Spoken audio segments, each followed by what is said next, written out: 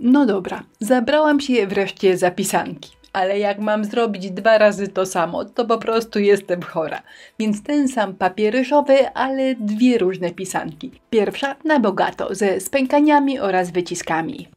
Druga taniutka i skromniutka, wystarczą farby i pędzelek. Zrobiłam, zaniosłam do pracy i pytam nasze dziewczyny w Inspirello, która ładniejsza.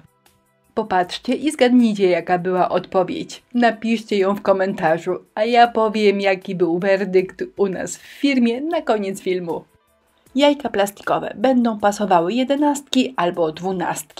Nożykiem ścinam szef, a potem maluję na biało białą farbą akrylową.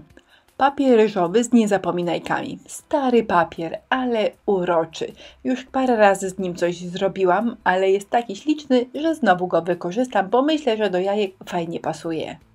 Wzór trzeba wyrwać, a potem trochę ponadrywać po bokach, bo dzięki temu będzie go można równo przykleić.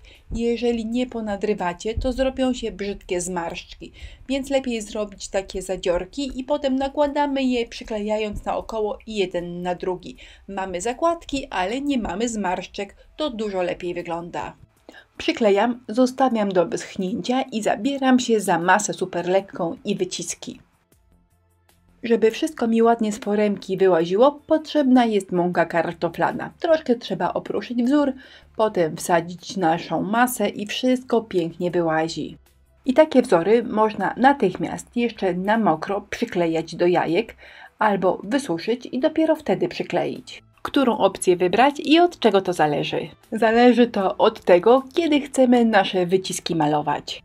Jak wspomniałam, mokrą masę bez problemu możemy przykleić do powierzchni, ale mokrej masy nie możemy malować. Jeżeli nie dosuszymy masy i zaczniemy ją malować na jakiś kolor farbą akrylową, to ona nam się po prostu rozlezie.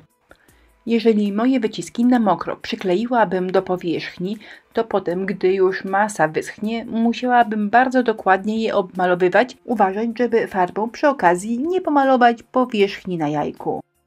Ja wybrałam opcję chyba na leniucha, czyli poczekam aż masa mi wyschnie, potem ją dokładnie pomaluję i już taką pomalowaną przykleję.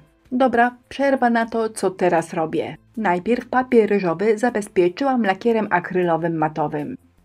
Następnie farbą w kolorze kość słoniowa domalowałam moim kwiatkom tło. A teraz w pocie czoła rozrobiłam błękitną farbę, która pasuje do kwiatków, no i obmalowuję. Tą samą farbą przemaluję wyciski. One są już suche, więc bez problemu mogę je malować. No i tutaj nie muszę się starać, bo przecież nie są przyklejone. Po prostu obmalowuję byle jak, byle wszystko zamalować. Szczoteczka do zębów i pędzel wachlarzyk, czyli będzie chlapanie. Jeżeli robimy pracę w klimacie vintage, to zawsze świetnie wygląda. I dobrze jest chlapać w kilku kolorach, czyli u mnie na przykład w białym, granatowym i szarym. Jajeczka wyglądają tak, no i teraz ich drogi się rozejdą.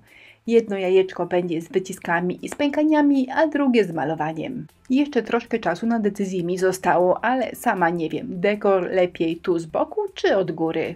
Na szczęście na decyzję mam jeszcze troszkę czasu, na razie spękania.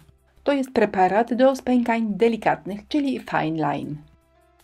Funfelnówka. I gdy otwieramy, warto napisać na denku, kiedy zostały otwarte, bo przeterminowane spękania po prostu nie pękają i wtedy szkoda naszej pracy. Krok pierwszy, czyli na powierzchni, która ma popękać, rozprowadzam step 1. Po prostu nakładamy, jak farbę. Nie ma tutaj żadnej filozofii. Jeżeli nałożycie grubo, bardzo grubo, to spękania będą troszkę grubsze. Troszkę. Tutaj cudów nie zdziałamy. Natomiast step 2 wmasowujemy w powierzchni. Nie tylko nakładamy jak farbę, tylko każdą część jajka trzeba tak trochę pędzlem wpracować. A po wyschnięciu spękania wyglądają tak. Troszkę mało je widać, ale właśnie po to są specjalne woski.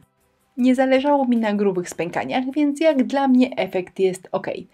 A teraz szmatką, bawełnianą szmatką wcieram wosk w spękania. Jasny błękit, spękania białe, więc efekt jest bardzo delikatny. Jeżeli macie ochotę na coś mocniejszego, można zastosować inny wosk, na przykład brązowy.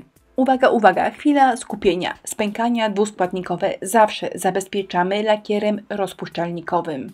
Lakier akrylowy absolutnie się do tego nie nadaje.